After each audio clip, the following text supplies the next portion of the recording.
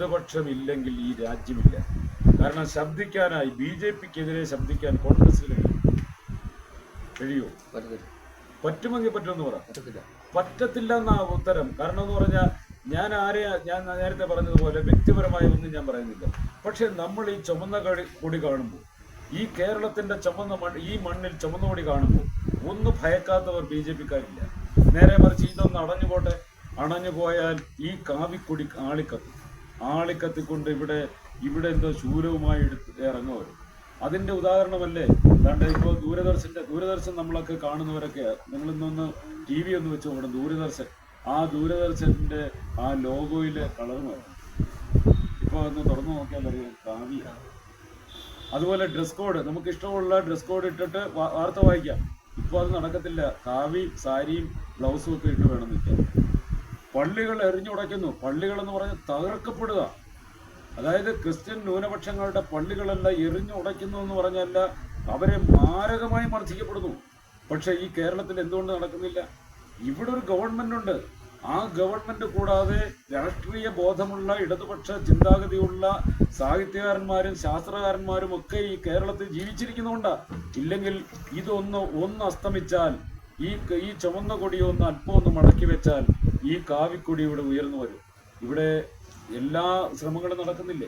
ഓരോ തെരഞ്ഞെടുപ്പ് വരുമ്പോഴും അസംബ്ലി മത്സരിക്കും, 140 മണ്ഡലങ്ങളിൽ മത്സരിക്കും. ആ മത്സരിക്കുമ്പോഴെല്ലാം എന്താ ചെയ്യുന്നത്? ഒരു വോട്ടും കിട്ടാതെ അവസാനം രാജഗോപാൽ തിരുവനന്തപുരത്ത് ജയിച്ചു. അതും കൂടെ പൂട്ടിയില്ലേ?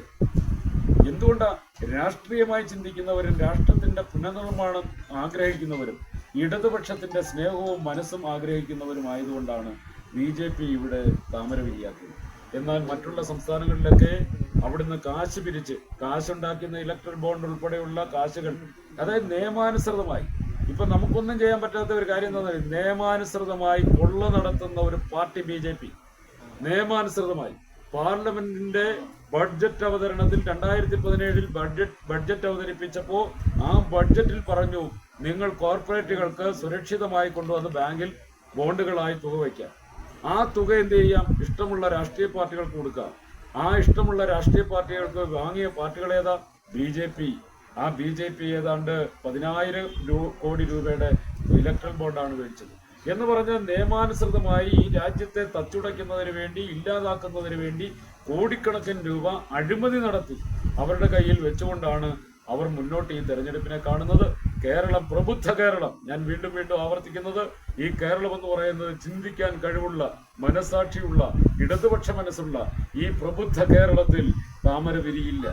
ആ വിരിക്കുകയും അതോടൊപ്പം തന്നെ ഇടതുപക്ഷത്തിന്റെ കരുത്തും ആവേശവുമായി ഊതിക്കാച്ചിയെ പൊന്നുപോലെ പരിശുദ്ധമായ 20 സ്ഥാനാർത്ഥികൾ ഈ കേരളത്തിൽ നിൽക്കുന്നുണ്ട്. അത് ജനങ്ങളുമായി ഇഴുകിച്ചേർന്ന് നിന്ന് വികസന പ്രവർത്തനങ്ങളായാലും അവരുടെ നന്മയ്ക്ക് വേണ്ടിയുള്ള പ്രവർത്തനങ്ങളായാലും ഈ നാടിന്റെ പുരോഗതിക്ക് വേണ്ടിയുള്ള പ്രവർത്തനങ്ങളായാലും അതിനെല്ലാം താങ്ങും തണലുമായി നിൽക്കുന്ന ആൾക്കാരാണ് 20 പേർ. അവർ 20 പേരും പാർലമെന്റിൽ എത്തിച്ചേർക്കാൻ നമ്മൾ ഓരോരുത്തരും ശ്രമിക്കണം. കാരണം നമ്മുടെ വോട്ട് ഇവിടെ ചെയ്തെന്ന് മാത്രമല്ല, നമ്മുടെ ബന്ധുക്കളുണ്ട്, പത്തനംതിട്ട ബന്ധുക്കളുണ്ട്, ആലപ്പുഴ ബന്ധുക്കളുണ്ട്, നമ്മുടെ സുഹൃത്തുക്കളുണ്ട്, കണ്ണൂരുണ്ട്, കാസർഗോഡുണ്ട്. ഇവരെ എല്ലാം വിളിച്ച് നമ്മൾ ഈ കാര്യങ്ങൾ പറഞ്ഞ് ബോധ്യപ്പെടുത്തി നമുക്ക് ഇടതുപക്ഷത്തിന് അനുകൂലമായി ചിന്തിക്കാൻ കഴിയുന്ന ഒരു തെരഞ്ഞെടുപ്പായി ഇത് മാറ്റണം എന്ന് ഞാൻ വിനീതമായി നിങ്ങളുടെ മുന്നിൽ അഭ്യർത്ഥിക്കുകയാണ്. അത് മുന്നോട്ട് വയ്ക്കുകയാണ്. എന്തുകൊണ്ടാണ് ഈ തെരഞ്ഞെടുപ്പിന് ഇത്ര പ്രാധാന്യം വരുന്നതെന്ന് ചോദിച്ചാൽ, 925 RSS ഈ രാജ്യത്ത് രൂപം കൊള്ളുന്നത്. അത് ഒരുപക്ഷെ ഇവിടെ എല്ലാം ഒന്ന് പ്രസംഗിച്ചിട്ടുണ്ടാവും. 925 ഇപ്പോൾ മറന്നുപോകില്ല. 925 RSS നാഗ്പൂരിൽ രൂപം കൊള്ളുന്നത്. ഈ രാജ്യത്ത് RSS രൂപം കൊണ്ടപ്പോൾ അവരെടുത്ത പ്രതിജ്ഞ 2025 ആകുമ്പോൾ ഇത് ഹിന്ദു രാഷ്ട്രമാക്കുമെന്നാണ്. അവരുടെ അജണ്ട ഹിന്ദുത്വ അജണ്ടയാണ്. ആ ഹിന്ദുത്വ അജണ്ട കൊണ്ടുവന്ന് ഈ ഇന്ത്യ എന്ന് പറയുന്നത് വൈവിധ്യത്തിൽ അധിഷ്ഠിതമായ ഇന്ത്യ. എങ്ങനെയാണ് വൈവിധ്യത്തിൽ അധിഷ്ഠിതമാകുന്നത്? ഇപ്പം ഞാൻ ഈ മുറ്റത്ത് ഇവിടെ ഒരു കുടുംബയോഗത്തിന് വരുമ്പോൾ ഈ കുടുംബയോഗത്തിന് നമ്മുടെ ജോൺ വി ഉണ്ട്, ജോബി ഉണ്ട്, അതുപോലെ തന്നെ മൈക്കിളുണ്ട്, ആനന്ദക്കുട്ടനുണ്ട്, അതുപോലെ തന്നെ ഇവിടെ ജെയ്സനുണ്ട്. ഇങ്ങനെ ഒരുപാട് ആൾക്കാരുണ്ട്. അതുപോലെ തന്നെ നമുക്ക് ഹിന്ദുവെന്നോ മുസൽമാനെന്നോ ക്രിസ്ത്യാനിയെന്നോ ഒന്നുമില്ലാതെ നമ്മൾ ഏകോദര സഹോദരങ്ങളെ പോലെ നമ്മളൊരു മുറ്റത്ത് കൂടുന്നവരായി മാറും. അതുപോലെ അന്തി ഉറങ്ങാൻ ഇടമില്ലെങ്കിൽ തൊട്ടടുത്ത മുറി കാണിച്ചു കൊടുത്തിട്ട് അവിടെ കയറി കിടന്നു എന്ന് പറയുന്ന ഒരു രാജ്യം. പക്ഷേ ഇവിടെ എല്ലാവരും കൂടെ ഇങ്ങനെ വരുമ്പോഴത്തേക്ക് മുസ്ലിങ്ങളെ ഒഴിവാക്കിക്കൊണ്ട് ഒരു ഹിന്ദു രാഷ്ട്രമാക്കി മാറ്റുക. അപ്പോൾ ചോദിക്കുന്നു, മുസ്ലിങ്ങൾ മാത്രമേ ഒഴിവാകത്തുള്ളൂ? അങ്ങനെയാണെങ്കിൽ ഹിന്ദു രാഷ്ട്രത്തിൽ വലിയ കുഴപ്പമില്ലല്ലോ. ഹിന്ദുക്കൾ പറയുന്നത് എന്താ, മുസ്ലിങ്ങളങ്ങ് മാറി നിന്നോട്ടെ, ബാക്കിയുള്ളവരെ ചേർത്ത് നമുക്ക് ഹിന്ദു ആക്കാം. എന്നാൽ അവിടെയല്ല പ്രശ്നം. ഇതിനൊരു പൗരത്വ രജിസ്റ്റർ ഈ രാജ്യത്ത് കൊണ്ടുവരിക. ആ പൗരത്വ രജിസ്റ്റർ കൊണ്ടുവരുന്നതിന് എന്ത് തെളിവ് കൊടുക്കണം? അവിടെയാണ് വിഷയം. തെളിവ് കൊടുക്കുന്നത് ഇപ്പം ഞാനും നിങ്ങളുമൊക്കെ ഇവിടെ ജീവിച്ചിരുന്ന എത്ര വർഷമായിട്ട് ജീവിക്കുന്നു. എൻ്റെ അടിയാധാരം പരിശോധിക്കുക, ജാതകം പരിശോധിക്കുക. ആ ജാതകം പരിശോധിക്കുന്നത് എവിടെ വെച്ചാണ്?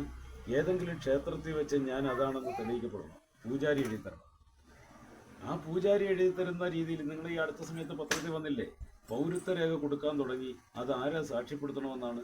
പൂജാരികൾ, ക്ഷേത്രങ്ങളിൽ, തൊട്ടടുത്തുള്ള ക്ഷേത്രങ്ങളിൽ, പള്ളിയിൽ ഈ പറയുന്ന അച്ഛന്മാർ സാക്ഷ്യപ്പെടുത്തിയ പോരാ, അവിടുത്തെ ഭദ്രാസനന്മാർ സാക്ഷ്യപ്പെടുത്തിയ പോരാ, മറിച്ച് ക്ഷേത്രങ്ങളിൽ നിന്നുള്ള സർട്ടിഫിക്കറ്റ് വേണം. നമ്മൾ ജാതി കളിക്കുന്ന സർട്ടിഫിക്കറ്റ് കൊടുക്കുന്നില്ലേ വില്ലേജ് ഓഫീസിൽ? അതേപോലെ നമ്മൾ ഹിന്ദുവാണെന്ന് തെളിയിക്കുന്ന സർട്ടിഫിക്കറ്റ് അവർ ആവശ്യപ്പെടുന്നു. ആവശ്യപ്പെടുമ്പോൾ ആരാ അപ്പോൾ അവിടെ ചെന്ന് പറയുന്നു, അപ്പോൾ നീ എന്താ കഴിക്കുന്നത്? അതെ, ഞാൻ ഇച്ചിരി ഞായറാഴ്ച ഇച്ചിരി ബീഫും കപ്പയും കഴിക്കും. എന്നാൽ നിനക്കിവിടെ സർട്ടിഫിക്കറ്റ് ഇല്ല. എഴുതുന്നുണ്ട്.